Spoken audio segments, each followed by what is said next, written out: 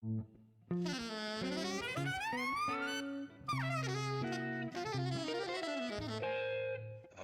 Jazz.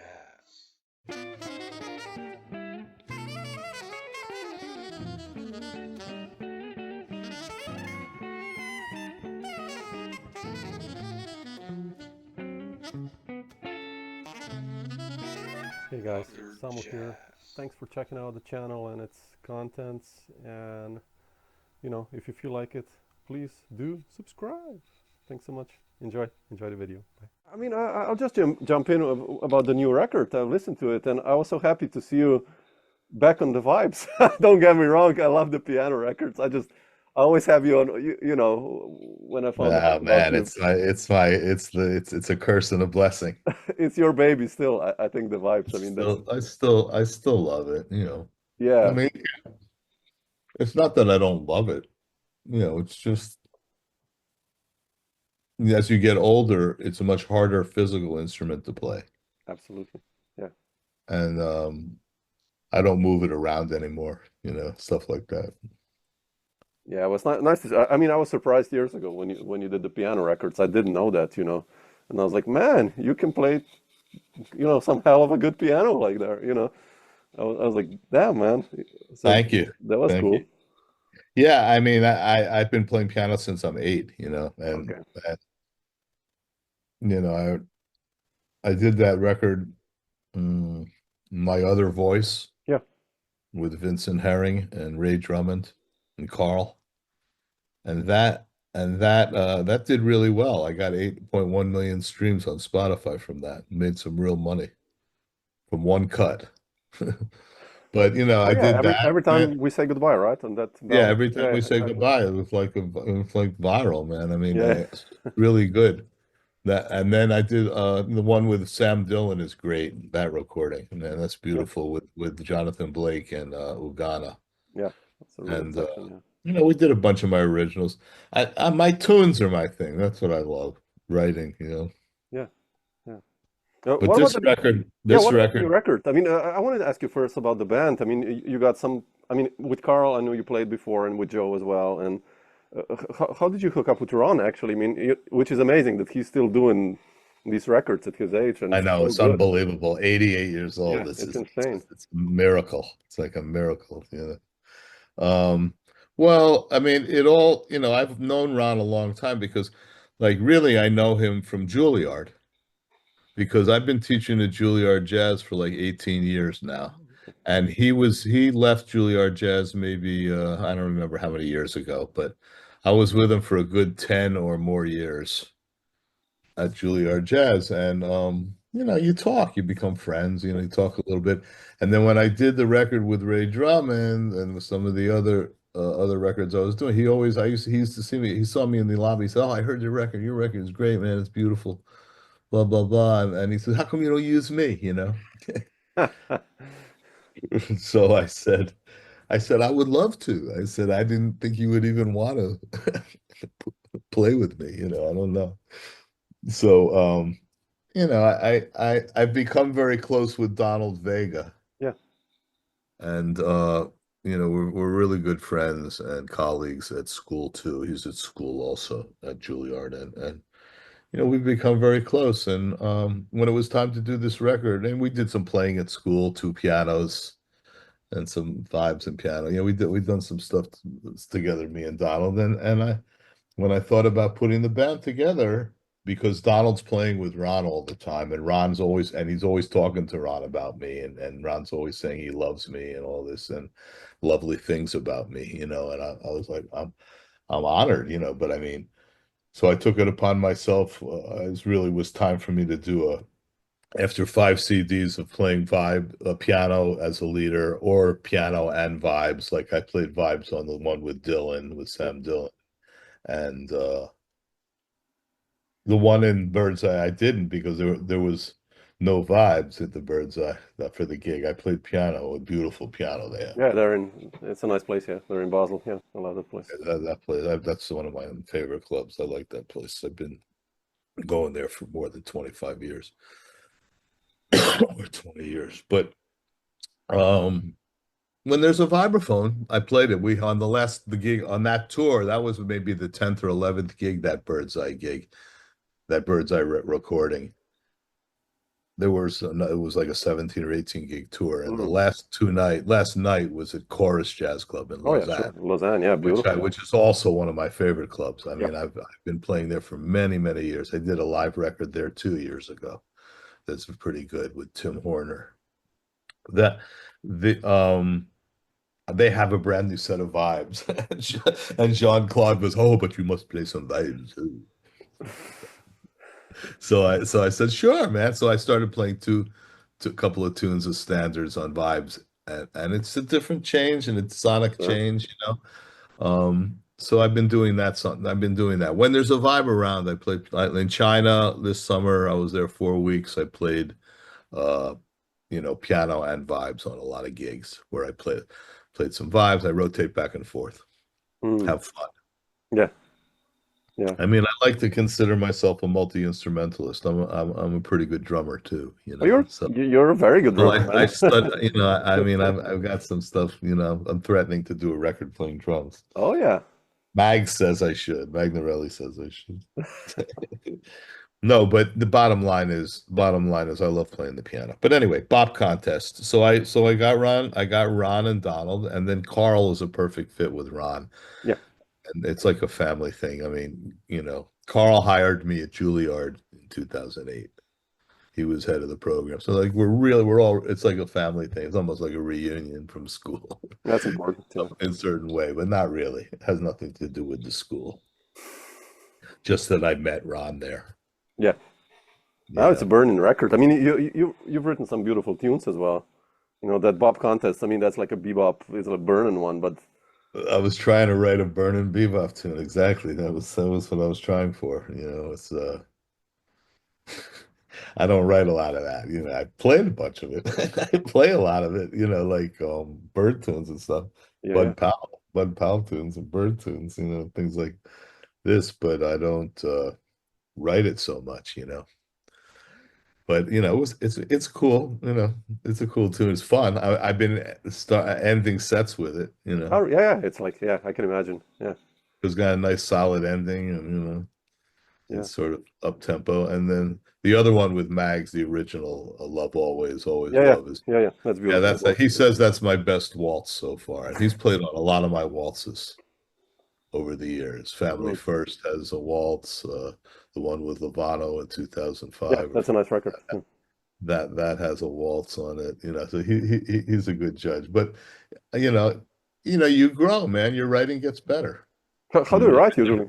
Like, you just Huh? sit down on a piano or come up with a melody, or what's your process in writing? Or Well, I mean, I'm usually find like a groove, sometimes I'll find like a groove, that's a one key type of thing, and then it shoots off into some changes.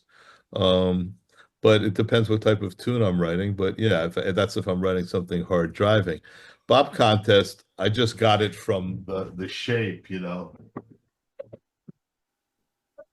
That shape had it in Bobina. yeah, That yeah, just that shape and multi-keyed it and did a set of changes to walk through, you know, uh F to like F to F, I mean basically G minor C to G minor yeah. C and F with a cycle going down with that. And that was kind of, fun to play. So I used that as the A section. And then I let it release into a little bridge, that's all. Mm. And then I found a little cool 3/4 ending for it, which has been a challenging ending for the players, I must say, because people I've heard a lot of people mess that ending up, the 3/4 ending on that thing. Because so the very first thing I say when we get to the sound check is like, check the ending of Bop Contest. Sure. Check it out, look at it carefully. It's in 3/4, and it only happens at the end, but it's a little tricky the way the rhythm sits. So Mm. a lot of really great drummers have messed that up. Oh, sure, man. You just miss it, I guess, you know. I mean, yeah. Yeah, yeah. Though you just sort of it's like a curveball, like a real surprise.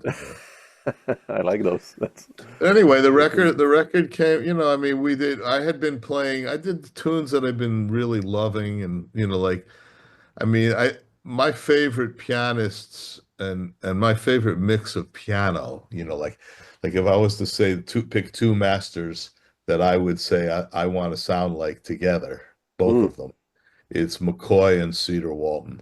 Yeah, I hear And McCoy a lot. Yeah, in your playing. Yeah, yeah, I mean, yeah. because I studied with Elvin when I was a kid. I was all into McCoy and Really, Train. I didn't know that. I Wow. played drums with, I have stored in my house in the country. I have 85 um Train records, Ooh. LPs that are all scratched up from me dropping the needle on it when I was a kid playing drums, trying to be Elvin Jones, So that put Coltrane prominently in my ear, Yeah, you know.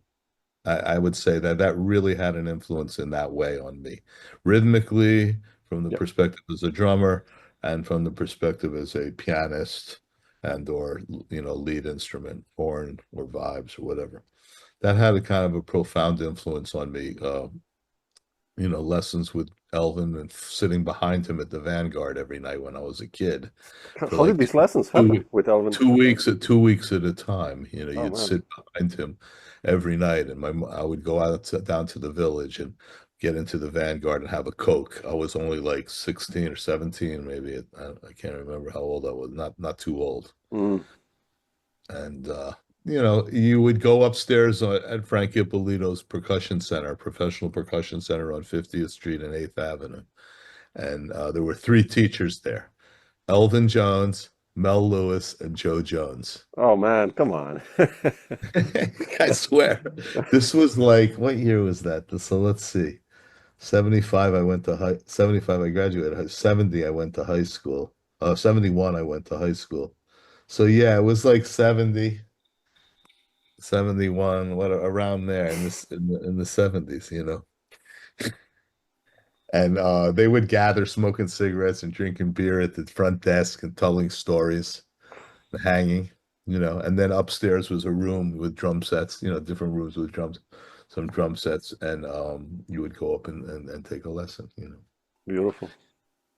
But the influence of the deeper influence was getting a chance to sit behind him a lot at the Vanguard. Tony Marino and myself used to do it. Oh We man, okay. we were his like guys who studied a little bit with him.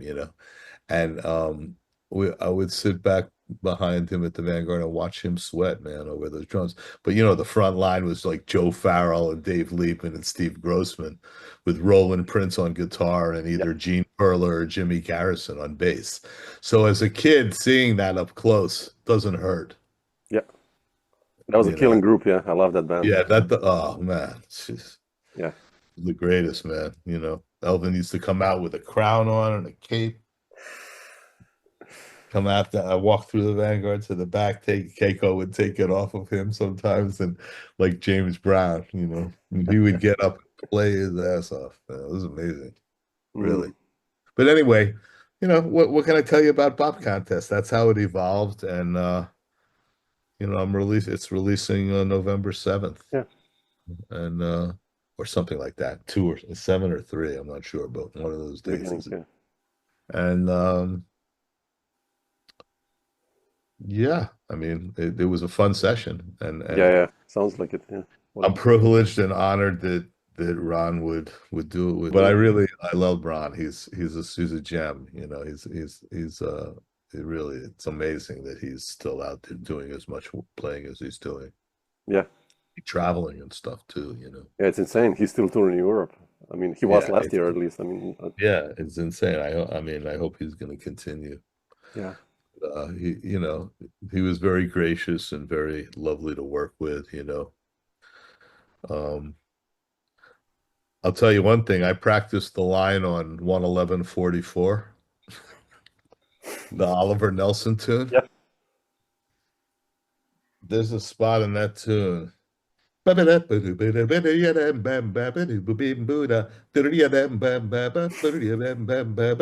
I must have practiced that thing like 200 freaking times, Yeah. man. Those triplets. Yeah. We get to get that. Jesus. Yeah. because it doesn't lay on the vibes the way I mean. It's not like a piano. Piano, I could play better. It's on vibe. That's what's interesting about the piano and the vibes. Like there are certain things I can play on vibes that I cannot touch on piano. Sure. And there's a lot of stuff on piano that I can do that I can't touch on vibes, you know. So Interesting. they kind of feed each other in a cool way, you know. Yeah. Yeah. No, no, beautiful, man. I mean, Mark, I want to just ask you about Alvin. Like lessons with Alvin. How was that like, man? I mean, did Well, you know, it did you was just more jam like, together, or like did he yeah, it's actually more like explain? Like, you, it's more just like playing, right? Yeah, yeah. emulation. It Oh, was that's more, the at best. least for me, it was more like what he plays, you watch him and then you try and do it. And you just try and do it, you know. It's like more emulation. A little, there's not a lot of technical stuff. It wasn't like when I went to Juilliard and I studied snare drum with Buster Bailey. Mm, It was like the greatest snare drummer ever or something. You know, it was incredible. Snare drummer with the New York Philharmonic for like 50 years. So, you know, it's a different style, but yep. the technical stuff that they take you through is nothing like doing something like with Elvin Jones. Elvin's just swinging, you know. He would do his swing beats and then his Latin thing, his Latin swing thing, and you just try and absorb it, you know. And that was it, you know. The music, the concepts Yeah. of the music and the soloing. Forget the soloing. I could never really get the soloing from him when I was young. When I was young. Now I have more of it. Today I have more of that. But when I was young, I couldn't quite get it. Whereas I could get things that Philly Joe or Max were playing, I could understand it better. But I witnessed Elvin's things up close, you know, for Important. years. Yeah. You know what was a drag? I never really filmed a lot of things or Ah, took shit. pictures. In those days, there were no we didn't carry cameras, we didn't carry phones, you know. Yeah, imagine So I have nowadays you would very just few set up a pictures. phone. Yeah. There's no pictures or videos of me hanging at the Vanguards watching. Or if it was today, I'd be Oh, videotaping the whole thing, absolutely. Yeah. you know. So it's a shame, but you know, whatever. I got a piece of it, you know, and you know, hanging with those guys was amazing. I mean, I hung out with Jimmy Garrison between shows, you know. What do you call it? Later there's on my record label on Miles High Records, I have a record that was done by a singer named Erin McDougald, very fine singer from Chicago, and she put a record together that she put out on my label that has Liebman, Tom Harrell, Oh man. Dave, Dave Liebman, Tom Harrell, and myself in the front doing the solos. Mm. And then we were joined by Rodney Green and some others for the rhythm Beautiful. section, you know. Um, when I did that session, I went up to Dave on a break and I had been bald at that time. I had no hair like this. I was bald. And I went at the time and I went, you know, we were doing cuts and track takes and stuff of different tunes. And on a break, I went up to him and said, "Hey man, Dave, it's such a privilege to do a recording day with you. I mean, for me, it's unbelievable." I said, "Because I was sitting behind you. I was sitting behind Elvin in 19 whatever 70 71 when you were with you and Grossman and Frank Foster were up in front, or Joe Farrell and Yeah. you and Grossman were all in front playing with Roland Prince or Jan Hammer on piano or and Gene Perler or Jimmy Garrison and with Elvin." And he looked at me, he went, "Didn't you have a lot of hair?" So I said, "Yeah, but I have hair now. I was bald. I had hair then. Now I'm bald, you know." But it's like, yeah, he kind of remembered my figure back there, you know, sitting back there. Yeah, because I used to just try and chase Alvin. Sure. I chased Mike Maneri around too. He's Really? going. Oh. I heard he's going on tour. Somebody told me Mike is going on tour. God bless Mike Maneri. He's like 90 almost, right? Or But something. I don't know. He's in his 80s for Yeah. sure. And I Wow. heard he's going out on tour to Europe or something. Wow. David Chesky told me he's going out.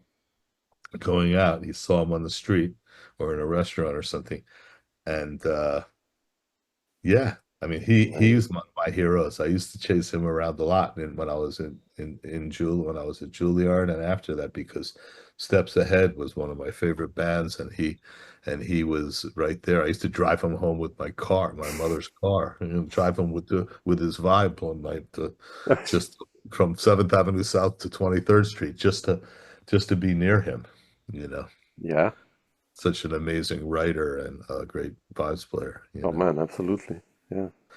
Yeah. Yeah, the vibes is an amazing instrument. I love playing it. I still play. I do sessions, some stuff, and I'm still doing some stuff on vibes, but it's definitely a beast to move around and be sure to have. Like, you go places where you don't have it. Like in China, there were some difficulties getting a vibe at one Oh, time. absolutely. Yeah.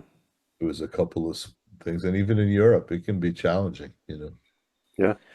But what's your favorite cut on the CD? I think this Bop Contest. I played it so many times. I mean, I love bebop as well. And Yeah. it's just the hook. It's a nice hook and it's a nice melody. And I love hearing the rhythm section. Just those guys. Yeah, those guys are great, man. Jeez. It's not so often nowadays. Ron plays so great on that. He plays on That's what I meant. Yeah. He does this offbeat thing where he goes like, check it out. Where is it?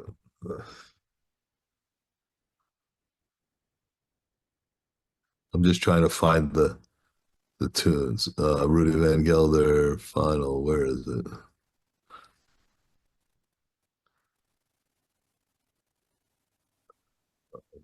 I want to find like the last one. Oh, Final Master. Here we go. On this, right? We can hear.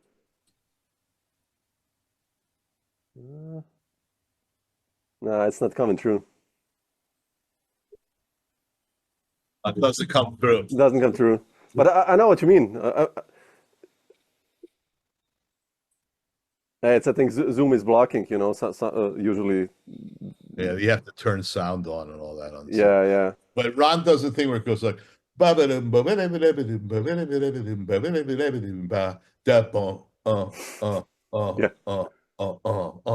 that was written in the charts, or like he? No. Okay. He created certain things on the record that are so golden, like so simplistic things that he did that makes the rhythm section just crazy swing. I mean, I just love Ron on this one because nowadays, I mean, it's rare to hear Ron in such a context on such a tune. When he plays it with Tino, he plays different tunes with Donald and Russell before, but of course, yeah. And now with this was like, man, Jesus, with 88. Yeah, he's well, still like I know there. people are gonna love that. I mean, Yeah. it's hitting radio. Gary Walker's featuring it next week. I'm hoping for the best, bro. I'm hoping for I need to get something going. Whatever. Yeah. Some good response would be nice. Oh, it will be, man. But it's yeah, he plays great on that. It's really an amazing thing. He did the whole record in 4.5 hours. Yeah, I mean, And if you have great players, good tunes. I added Skylark with me doing it, playing piano, and then playing vibes on top of it. Yeah, but it's like four. Yeah, I mean, that took like 20 minutes. So like, so it's amazing how fast the thing can happen with great players like that. I mean, it's just like immediately was swinging hard from the very beginning. Yeah. And Joe Magnarelli came up to me afterwards, and he's like, "Man, Sherm, I can't believe it, man." I said, "What?" He goes, "You put a record day together with Ron Carter, man. We just did a record day with Ron Carter." I was like, "Yeah, I know, bro. It's amazing." Yeah, it is actually. He you know what it is? It's like, for me, okay, so I've been making these records, like, all these recordings. Like, this is my 22nd recording, right? So they're all important. They're all you have an attachment to each one somehow. But the one with Kenny Barron playing duo, the Interplay, Chesky, right? Yeah. yeah, That's that a one. beautiful record, man. I love that record. Yeah, that record that Chesky did for me, because I was playing at the old Catano in New York a lot. Yeah. And I had Kenny Barron play with me there. Also, George Cables played with me there with Ray Drummond and Victor Lewis. But I had Kenny and, various different rhythm sections with Bulldog, Ray Drummond, and I think who played with Kenny and I when we played? Maybe it was Victor Lewis, but and with Essiet also, with Essiet and George Cables. Yeah. So that we had been playing together, and then we did a duo weekend, Friday and Saturday night playing duo. And I liked it, you know. I liked the way it was, you know. And I said to David Chesky, because I didn't have really the resources to do it at that time. My daughter was starting college, or what, I don't know what was going on. I was paying so much money out. I didn't have the resources to do a record for my label. So I said to David Chesky, I said, you should capture this duo, man, and do a record of Kenny Barron and me, you know. And yeah, he said, okay, when we're doing another record at the church, the piano will be there and we'll do it. I said, great. And we did it. And that was after that record, I walked out of there. I was like, I got into my car, I said goodbye to Kenny, hug goodbye. And I went into my car and I sat down behind the wheel like this. And I went, yeah. it's like you just did a recording with Kenny Barron duo. 10 tunes in 5 hours, and you know, that's like the most important moment in your life. Darn that dream, right? yeah, when you're that's true, when you're a professional musician and you get a chance to play with like a master like Kenny Barron, yeah, it lifts you up like beyond belief, you know. And it was, of course, it's good for your career, you know. yeah. So I'm grateful for that. I was forever grateful for that. And now I got one with Ron Carter. That's great, man. Yeah. I'm happy. I can go to my grave with both of those recordings. Now, Interplay is such a nice record, man. You know, some of those tunes, Polka Dots and Dear Old Stockholm, and those. Yeah. I listened to that yesterday, and that was beautiful, man. It's, you know, Kenny's nice the consummate musician, the consummate artist. I mean, dedication to the art form at the deepest level. You know, when we were getting ready for the recording, I vividly remember him calling me and saying, yeah, man, we got to get together and rehearse. I figured we were going to wing the whole thing, you know, and he'd go, no, we got to get together and rehearse and get the endings straight, get the endings and intros straight and just understand what we're doing. And I said, okay, cool. And we got together and we rehearsed for an hour, you know, just clean up some endings and stuff like that. So I have some ideas for some endings, and we also each had an original on there, so we wanted to rehearse that. And you know, but he was the one who was desperate, not desperate, but you know, like had an act. He was beautiful, man. Yeah, he was gung ho about getting together to rehearse, and you know, I thought that was just like, wow, that's what's up, you know, that's what's really happening, you know, a musician's attitude like that. It's, you know. Because I was nervous, you know, I practiced like crazy. I practiced like crazy for both record dates. You want to sound great for Kenny Barron and you want to sound great for the maestro. Yeah. Well, it's a responsibility and kind of respect as well, right? It's a respect for the music, but you're also deep down inside, you have this thing, you know, deep down inside, you're playing with, you know, the founding member of the Miles Davis Quintet, and and with Kenny Barron, you forget it. He did so much stuff. Yeah, his contributions are huge, you know. Yeah. So, oh man, as a composer and player, obviously. Everything. Yeah, just an educator. He's taught so many great young players, you know. Yeah, exactly. As well, you know, he was at Rutgers for years before Juilliard. Yeah, and then he was at Juilliard for a lot of years, you know. But anyway, I did the 2 Cedar Walton tunes because I just love Cedar's writing. Oh man, one of the greats. Cedar's playing, you know, so I did those 2 tunes, Bremon's Blues and Martha's Prize, and I still play them a lot, you know. I love those tunes, man. Cedar is quite an underrated player, I think, still nowadays. The most underrated jazz composer. Yeah. You know, Jimmy Heath, a great jazz composer, man, incredible. Cedar Walton, great. Gulson, Benny, yeah. Yeah, Benny. So many guys out there, yeah. So, you know, there's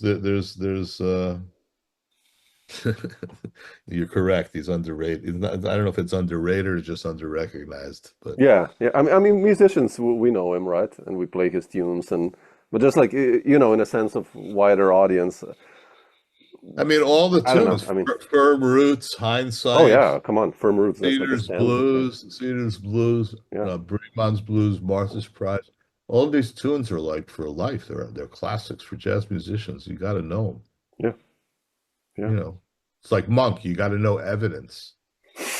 yeah, yeah, If you go to a jam session, and you don't know Evidence, you're going to be in trouble. yeah. No, I'm just saying, like it's. No, absolutely. Yeah, I agree. But yeah, no, I love those tunes. So what else did I do on that record? So I love Always, Bop Contest, the Two Seaters tunes. Oh, My One and Only Love. Yeah, that's like a reharm. I did a little reharm on it I've been using for years, but I decided to treat it as a romantic bossa nova. You know, like a dancing, slow Yeah. dancing bossa nova. And yeah, it's all good, you know. Oh man, Scott. beautiful. Yeah. Yeah, I'm proud of it. I'm proud of it. I'm interested to see how it does, how it performs in the market and what the reviews are all like. So far, so good with some of the reviews. Yeah. And Yeah. Beautiful. whatever. Just trying to get some touring going for the summer, you know. Absolutely. Yeah. I mean, you're going to promote the record like with Carl and Donald, and I guess with a different bass player, right? Well, Yeah. I don't even know if I'll be able to do that. You know, right now I'm just going to be I'm going to go out and I got a little late with getting the gigs for the CD release and stuff like that. I just kind of didn't get on it on time. And, I'm playing it small. I'm playing at the Django and at Smalls in New York City. Yeah. And I have the Washington Heights Jazz Festival with Mike Clark and Dave Kukowski. Oh, beautiful. I got a couple of nice gigs coming up. But and Smalls, November 19th with Ugana and Tim Horner on drums and Bruce Barth playing. Oh, beautiful. And so I'm doing that in November. And there's a few gigs, but there's not going to be a big CD release at Birdland or Dizzy's because it's too late for me to get it to time it with the release. But I'll be playing those places eventually. And Sure. if they come with the right money for it and they want Ron and they want that group, it's all about if they want that group, then you got to have the right money. Sure. Yeah, of course. It's that simple. I can't have Ron playing Smalls for not enough money. I can't even I won't even ask. No, yeah, of course. Come on. Yeah. So it's just the way it is. It's all about that, So but if some opportunities for that particular group come up, yes, I will attempt to put it together for sure. Beautiful. Yeah. Yeah. But I'll still be playing all the tunes from the records with the other groups. Oh, absolutely. Yeah. And a challenge Bruce Barth with Bop Contest. I better start sending some of that stuff out today. Oh yeah. Yeah. Absolutely. Well, man, Mark, I wanted to ask you something. Speaking of piano players, I've read that you started your career kind of in playing drums, and you started with Kenny Kirkland as well, who was one of my all-time favorite piano players ever. And well, yeah, how did that happen? My mentors as a musician. I mean, other than studying with Elvin, but that he wasn't really a mentor. It's not like I saw him all the time and I jammed with him all the time. I did lessons and I watched him play. I sat behind him and watched him play, and that in itself was enough. That's valuable. Oh man. Okay. But when I was in high school, at the same time that I was studying with Elvin, I was going to Manhattan School of Music Prep Division to try and prepare for auditions for colleges because music was going to be my path. There was nothing else that was going to save my life other than music. So I my mother was a famous opera singer, so I was kind of born into music. So I knew music was going to be part of the equation. So I was going to Manhattan. My mother, they hooked me up to go to Manhattan School of Music and Prep Division. And it was there that I was playing drums one day and I met Kenny Kirkland. Okay. He was a 2 years ahead of me. And he was something like that. And he was a theory major at Manhattan School in the college division. And I was in the prep division. He was like first year there or second year there. And for the next 2 years or so, through him, I met Rodney Jones. And Rodney Jones and I have been like best friends since that day. Really? Oh man, beautiful. Yeah, he's one of my I best love friends. Rodney, man. Beautiful. Yeah, Rodney's one of my best friends in the world. He's just the king, man. Yeah. Like guitar, please. He's one of the Yeah, top. I mean, you For played me, on his it's records, top yeah. I three. mean, you did. For me, he's Yeah. top three. I'm on a bunch of his records, Yeah, but yeah, I know. Yeah. he's top three. He's right in the top, of any of that. He's really to me, like brilliant, brilliant, brilliant musician. But anyway, he used to play bass and Kenny used to play piano and I used to play drums when we were Ooh. kids. And then he switched to guitar when Cecil McBee Jr. played bass. He's an electric player. He was always an electric player, interestingly. Mm, That his dad was Cecil McBee, sure. but yeah, he lived on 106th Street and we used to all play. And one summer we had a gig every night, 7 days a week in the Bronx at a bar that was having jazz, and it paid $20 a man. And we did it every night for a whole summer. Beautiful. Yeah. So yeah, I grew up with Kenny in Wow. that environment at Claremont Avenue, Manhattan School of Music, and Rodney Jones and Angela Bofield was in the crowd, and Kenwood Denard was hanging Mm, out. A lot of different musicians that grew up in New York, and I went to high school music and art that had a big band that we had, like Marcus Miller was the bass player, and Omar Hakim did the funk stuff, and Kenny Washington did the jazz stuff, mm. and Ray Chu was on piano, and Bobby Broom on guitar, Oh, and man, I love Bobby. Bob Franceschini on saxophone, Ooh. and Lenny Castro on Latin percussion, and the band leaders was Justin Zachocho, Mm, who was a yeah. great jazz educator. He was for many, many years. And yeah, that's the kind of musicians that I was fortunate enough to grow up with, and see every day. And, it made a difference. I'm not gonna lie. It made Oh, a man, difference yeah. growing up with those kind of players when you're in high school, so that was golden. But that's New York. Yeah. Yep. This is New York, man. That's what New York's about. We have the greatest players here. It's fantastic. But Kenny, and I were friends when we were that age. And later when I was at Juilliard, I met Wynton, and Wynton, I was playing a piano and he came walking in and asked me, "Where'd you get those chords, man?" I was playing some chords because I had always been on top of Kenny's over his shoulder.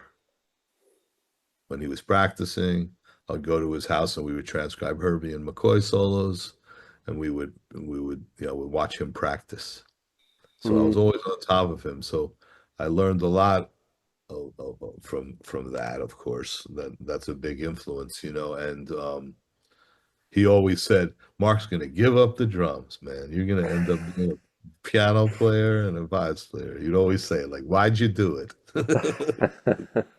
You're gonna give up the drums. And in essence, I sort of did. I didn't give it up because I still play, but I rarely do any jobs. I do percussion work, but I don't have, mm. I rarely play drum set on a gig. But it comes in handy that you can play. One time on a Absolutely. Broadway show, Footloose, the drummers, so I was playing percussion in the show. And I'm sitting in the room all calm, having my tea, ready for the show to start. And they come in and ask me if I could play drums. The sub for the show didn't show up. And I had to play it with a click track. Funk stuff. But it's good to be versatile. Absolutely, yeah. You can say yes, a lot. Yeah. But yeah, so I did that, and then I hooked up. Wynton came to me years later when he got his first record deal, and I connected Kenny Kirkland to him. I said, Oh, "Listen." really? Oh, wow, Yeah, man. he Okay. said, "Who should I get?" They have George Butler's got me doing a record date. This was like 1986 or something. George Butler's got me doing a record date. The first half of the record is going to be Herbie, Ron, and Tony Williams, and then I need my own band for the second half. So who should I get to play piano? I said Kenny Kirkland. He's the best piano player of our generation, Mm, and that was the end of that, man. The old rest is history. absolutely. Yeah. Yeah, really, there'd be no Hot House if it wasn't for. Yeah. That rhythm section, I mean, No, I mean, with Pain yeah, later, and I mean, whew, yeah. that's Amazing. So that I didn't. It's not that there be no. What's the record? Black Codes. Black Coats, yeah. Oh, Not man. Hot House. you know, like Kenny is this. He was really the most advanced musician in that group, as far as improvisation skills. Branford and Winton were great also, but I mean, nobody I was know what you touching mean. Yeah. Kenny harmonically, was Yep. really very advanced and so innovative, that he really shined in that group, man. But anyway, yeah, so Kenny Kirkland was a great influence. And then when I was 28, I worked a lot of freelance work as a percussionist, and but I improvised on vibes at that age, and I through a lot of recording studio work in the recording studio scene in New York in those days, because Grady Tate and me and Gad and Will Lee and everybody, we used to all do like a million jingles a Jingles. week. Yeah. Oh, you caught that train still, the jingles train. Yeah, yeah, it was the Oh, wow, jingle okay. train was still working, yeah. And through that scene, I met a piano player who took me under his wing and mentored me in a way. His name was Mike Renzi, Hmm. and he was like the greatest singer accompanist in the world, really. He had all the biggest singers gigs. So I used to hang with he hooked me up with the Peggy Lee gig when I was Okay. 28. That's how we got it. So Okay. I got into that band with Peggy Lee, Mike Renzi, Jay Lynn Hart, Grady Tate, and John Chiodini on guitar, and myself playing vibes and percussion. And I was able to carve myself a little niche where I had a scene where I could play a couple of solos a night, comp chords, play some percussion, some stuff like light stuff for Peggy's cabaret tunes, things like Fever, stuff like that. Play Yeah. timpani on Fever. So I had like the vibes, but then I had like one timpani and a couple of percussion things, and I found myself a thing for 7 years. I did that. So Oh, I was wow. standing over Mike Renzi for many years, and he's a great harmonist. He could reharmonize. He's like a Johnny Mandel. I mean, he can reharmonize and orchestrate like crazy. Mm. I mean, he changed the chords of any standard to make them gold and really own them. So he taught me to how to own a standard, how to own a standard, like your way, Yeah. instead he would create the most magical intros and endings, and just the progressions of the chords that he would write out for us to play was amazing. So I learned a lot from him. That's He was important. Yeah. he was one of my favorites, man. I mean, Mike Renzi. But I did record dates with him with Lena Horne and Gloria Lynn and all kinds of great singers. Ruth Brown and Rodney Jones used to contract a lot of those dates. Ruth Brown and Gloria Lynn and Lena, Mm. records with Lena Horne for Blue Note. You Oh, know, how beautiful. Yeah. so those experiences, all they're all great, man. But that's like because of your connections. I mean, I knew Rodney from high school, Yeah. and but Mike was really great. So those are my two piano player like mentors who helped me, a lot. I'm grateful for them both. Yeah. Amazing. Yeah. And Rodney too, I'm grateful for, because he gave me a lot of great work, a lot of great gigs, opportunities. Yeah. He's such a great composer, man. I mean, and Uh, a his guitarist, obviously, also. But yeah. yeah, his tunes are Yeah. amazing, Yeah. and he plays his ass off too. It's not just writing. Yeah. Like me, I'm a pretty good piano player. I play vibes pretty good, but I feel like my tunes are my biggest. Sometimes I feel like that's my best thing, writing tunes, because I try to write like tunes that are accessible for other musicians. I want the musician to walk away saying it's a great tune. Do you write for the players, by the way? Or I like to Or write both? not for the players, but for when I write a tune, I like to use the four primary forms of jazz are blues, minor blues, rhythm changes, and American songbook. Yeah. And so that's like 32 bars for the American songbook and the rhythm changes, AABA. And then for blues and minor blues is obviously 12 bars, Yeah. but you can do through AABA derives AAB. And so basically there's four primary forms. So those are symmetrical forms. Those are very symmetrical forms. Yeah. and easy to digest for a listener. For a non-musician, they're Yeah. easier, right? So I like to use those I favor those forms because the tradition lies there.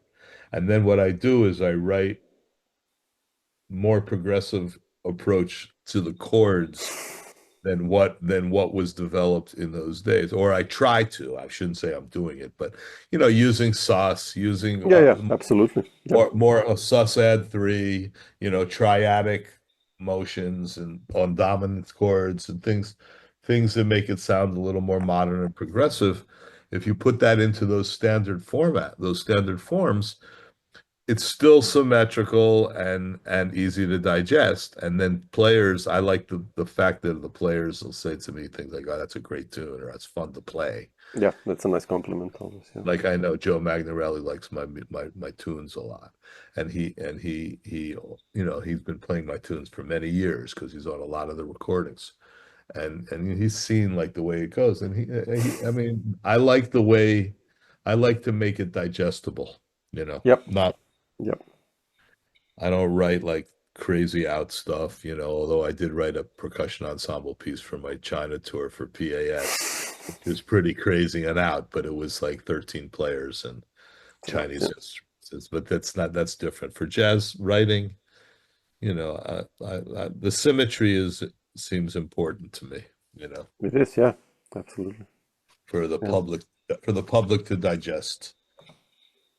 But in the end, it's about the melody. Like even if you think about the greatest, like Ornette or whoever, even if you go into more whatever avant-garde, Even if you get a little more out, it's always the melody. So well, the melody, yeah, but yeah, I mean, I've had some offbeat things that I've done. I had the Fusion record in 1979. I've done some crazy things, but for my own writing, and I've got like over 100 tunes published and recorded, so it's like that became a big part of my MO, so to speak. Is that I try to promote my original music on every CD. A Bop Contest, I had to favor the styles of great bop tunes and great straight ahead hard bop tunes yep, and things like that. But I did squeeze a couple of originals in there, and I tried to write that Bop Contest to fit into the bop, sure, to fit with 11144 and Cedar's tunes and like that to make it fit. yeah, So it's just stylistic consideration. yeah, absolutely. Yeah. But yeah, I mean, I'm just trying to I'm just trying to play the truth of who I am, I guess is the best way to put it. Because when it's all said and done, you want to have your voice and have it be clear, Absolutely. Yeah. Yeah. Yeah. What do you play? What instrument do you I play? play guitar, so. Oh, so Rodney Jones is here. Oh man, I've done this talk with Rodney like last year or 2 years ago, and he's such a nice guy, man. I mean, I have his records, the Undiscovered Few, and all that stuff from the. Oh, the Undiscovered Few. Yeah, I I love love those records, and he's again one of under the radar players in a wider sense. I think and a composer. Yeah, he's under the radar, but And he's there, he's and there. Yeah, absolutely. and he's left Educator. his mark. I mean, he was playing with Dizzy when he was 20. I know. I saw some footage. It's amazing. So He's. yeah, we've been through a lot together, me and him. I've known Yeah. him forever. Yeah. Yeah, but you have a connection with guitar. It's like you also like did quite a long stint with Larry Coryell, right? Yeah, 7 years and three How did you CDs. end up with Larry, actually? I produced three CD. I produced two CDs Yeah, and played on the third with Larry. Yeah, yeah. Larry was my friend. God bless him. He recorded 10 of my tunes. wow. That's how it evolved. The way it evolved Oh yeah, was, the Awakening and that stuff. Yeah. all of Yeah. that CD 101, all that smooth jazz shit that he was doing. I was dabbling with it. With the programming and everything in those days. But how did you end up with Because, Larry? what happened was the jingle scene disappeared in New York because MIDI, as soon as MIDI came in, the whole fucking thing went crazy. Sure. Yeah. And we all lost a million jingles. So instead of sitting around complaining about it, me and Rodney both I sold my marimba and I bought three synthesizers, a DX7, a Prophet 5 MIDI, and a Juno 60. And I bought Digital Performer, and I had a little Mac Plus, which was like a screen was like this big. Like, you could see one measure of music with Finale. I had Finale 1.0, and I got Digital Performer 1.0, and I started programming and laying tracks down and just figuring out how to make grooves on this MIDI shit. But the good part was I got some ghost writing for some of the writers who had been hiring me to play Yeah. acoustic instruments, and I would do a demo for them for $100 or we need a funk thing for this Cadillac commercial, 60 seconds, and I would mix up a little thing and send it to them, and I would get paid, and I would get on the date if they got the jingle, and I would get the money, and the pension, so. Yeah. I kind of did a little of that, and me and Rodney even had a little production company at one point where we started doing some ghost writing together for other people, other jingle writers and stuff. And we're just trying to survive, in the scene because it changed so much. Yeah. But the answer to it is go with it. Don't fight it. You can't sit around and complain, But anyway, I had written a lot of tunes and done a few records, and Dave Chesky was doing a record for Larry Coryell on Chesky Records, and he was a good friend of mine. I've known Dave since we were, since I'm about 18 to 20 years old. I've known Dave, and he said to me, "I'm doing this Larry Coryell record, and he needs tunes." Because Larry was a great player, but his tunes were not like the greatest tunes in the world. Absolutely. Yeah. They were okay, but he wasn't really known as a writer. Let's put it that way. Yeah. That much, but as a great player, and the godfather of fusion, the stuff he wrote with 11th House, that was hip. I mean, That was cool. Yeah, that was a nice there's one. a lot of hip stuff, but when it came down to it, for some reason, David needed tunes. So he said, submit like 5 of your tunes to Larry. And he gives me the address. I sent to him. And then Larry invites me up to his house in Westport to play through the tunes. And then we went out and played golf. And I remember him, after he didn't play very well and I didn't play very well, he didn't call me for weeks. He didn't call me for weeks. He was pissed. I played well. I played pretty good that day, and he didn't play well. He wasn't happy. And then he didn't call me for a while, but we had played a little when I went up there, and I played through the tunes with him. And then like a month later, the record date happened, I guess, and he decided to do some of the tunes, or one of the tunes or something. I don't remember. And then eventually he hired me to play piano with him on a few gigs, and it worked out. And I toured with him a lot for about 7 years. Beautiful. Yeah. I went around with him, and we did a record with Peebo Bryson for Creed Taylor called It's All Over You or something like that, or I'll Be Over You or something like that. That one. And Chuck Loeb did 5 Cuts programming, and I did 5 Cuts programming. So we produced it together, And then he did another one for Shanachie Records called I mean, I know that one, Sketches of Coryell. Sketches of Coryell. 96, yeah. Sketches of Coryell. It's kind of funky, and Rodney and I did some producing on that together. That's a funky one. That's got some funky stuff on it. And then the third record I did with Larry was at Rudy Van Gelder, and that was playing it's called New High. Oh yeah, exactly. And it's it's with Ronnie Matthews, which is great for me, Buster Williams, and Yoran Israel on drums. Incredible. Larry and I played vibes, and he recorded Spiral Staircase on that record, one of my tunes. It's kind of a cool tune. So yeah, Larry was like a great supporter for me, man. I mean, he recorded 10 of my tunes. How many artists have recorded 10 of my tunes? None. Yeah, absolutely. Yeah. Joe Locke recorded one of my tunes. Oh, really? Oh, wow. I love Joe. Yeah, when I was very young, he recorded one of my tunes. And but that's, no, who records my tunes? I record my tunes. Beautiful, man. Yeah. Mark, not to take too much of your time, I just wanted to ask you your story with Brecker, Michael, because you mentioned Mike I Manieri before. Like, did you play with Michael a lot, or just did well, the Brecker too? just the recording. I Oh, mean, okay. we did a lot of recording dates together Ah, as freelancers because he was deep in the jingle scene oh yeah, too. And absolutely. Yeah, I mean, he was right in there, man. Him, Lou Marini, Randy, yeah. Lou Soloff. You know, we were all on the same dates all the time. You know, you'd walk around from studio to studio in New York. You know, you'd have like a 10 to 11 plus 20, then you'd have a 12 to 1 plus 20, then you'd have then you'd have like a 2 to 3. You know, people were lined up, man, and there was a bar called Possible 20s. That's quite Where you cool, actually. go when you have 20 minutes, you have 40 minutes with nothing to do.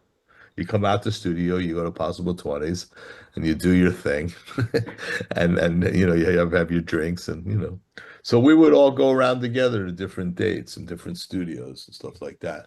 But yeah, I worked a few, and also I did a bunch of freelance singers with Mike. You know, where Okay. he was in the horn section and stuff like this. But one day I just asked him to play on the Motive series, and he Yeah, did. And that's a really historic record. that's a beautiful record, It man. might be one of the next, it might be close to one of the last things he did before Pilgrimage. Yeah, probably. Yeah. Yeah, because you know, what happened, but that's a shame, you know. But yeah, Mike, and then the next one was with Joe Lovano. Lovano. Yeah, I love those two That helped. records. Those I love records those helped records. me a lot. They helped me a lot in my career. I was able to take Tim Horner, Alan Farnham, and Dean Johnson to Europe with me after the Lovano record. Yeah. Because I hadn't recorded in like 5 years, and then I came back with that Motive series and then One Step Closer. Those did really well with the radio and press, so it gave me the power to find the formula for booking tours, you know, which I have like this formula, you know, that I use. But, you know, it was good. Those records were important for me. You know, they're all important, you know, just one Yeah, at yeah. a time. Abs You know. yeah. I love Brecker. That's why I wanted to ask you. I mean, I'm such a Me Michael too. fan, man. You know, it's Who just, doesn't love? I mean, he yeah, was the such a player, man. greatest saxophone player of his generation. Yep. Absolutely. You know, I Yeah. mean, I love Jerry Bergonzi. There's stuff of me and Jerry playing together online. You know, we're playing Mm. I have to check Catano, it out. Okay. Hot House at Catano, you know, and things like that. But Jerry Bergonzi is brilliant. Berg was amazing. But you know, the four, I should say, the four white horn players in the 80s and 90s and 2000s, you know, was that were it was the Bobs. That generation, yeah. Bob Minzer, obviously. Yeah. there was Mintz, there was Bob Minzer, there was Bob Franceschini, Bob Berg, not in any particular order, and Yeah. Bobby Malik. Bobby Malik, man. What happened to Bobby Malik? I I love don't know. I this haven't guy. heard from Bobby in ages. He's a Such great a player. player, man. Yeah, beautiful player. And then of course there was Brecker and Berganzi. And those cats, you know, other than Steve Grossman, who's the greatest hard bop player ever, you know, Yeah, for he me. was so good, man. Yeah. Those are the cats who owned the saxophone scene, you know, in those days, in those days. But Michael Brecker, man, you know. He was good, yeah. You know, it's like Coltrane, man. You know, Yeah. for the rest of the if you're a saxophone player for the rest of your life, you're going to be emulating Train and Brecker and Joe Henderson and Sonny Rollins and Sonny Stitt and Yeah. Bird. Such a I mean, tradition. that's what you have to do if you want to be great, you know. Absolutely. Yeah. You know, if I play Mike Brecker solos on vibes, I'm good to go, you know. Yeah, absolutely. Yeah. Beautiful, man. Cool, Mark. I mean, I'll leave you a nice for what is the afternoon you guys have there. But Yeah, I'm just chilling out today. I'm just doing some writing. fantastic. My educational profile in China has risen, and That's I'm good. being featured on this platform that has like a zillion followers or something, and they're asking me to create all these educational That's videos cool. with two hands piano going across the screen with the musical material as well. You know, Yeah. it's like Okay, well, that's a I'll challenge. be busy challenging myself with that, and I've been writing a lot. Sibelius. I'm getting better at Sibelius. The Oh yeah, more I use Sibelius as well. Yeah, it's quite okay. Once you get used to the shortcuts and all that shit, so then it's okay. yeah, yeah, It yeah. goes fast, so It goes fast. I'm getting things done. yeah, beautiful.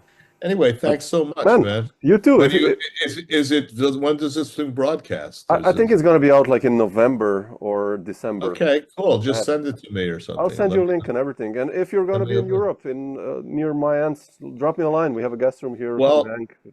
I'll Let's be have in dinner together or Italy. something. I'll be in Italy in July a little bit, Oh, let and me know. We're quite I'll be close. otherwise I'll be in probably China in May and June type of a thing, or part of those months. I'm not sure Yeah. yet.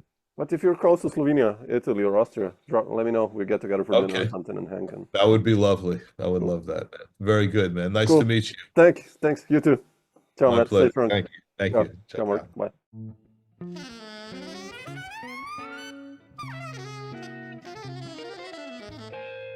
Dr. Jazz.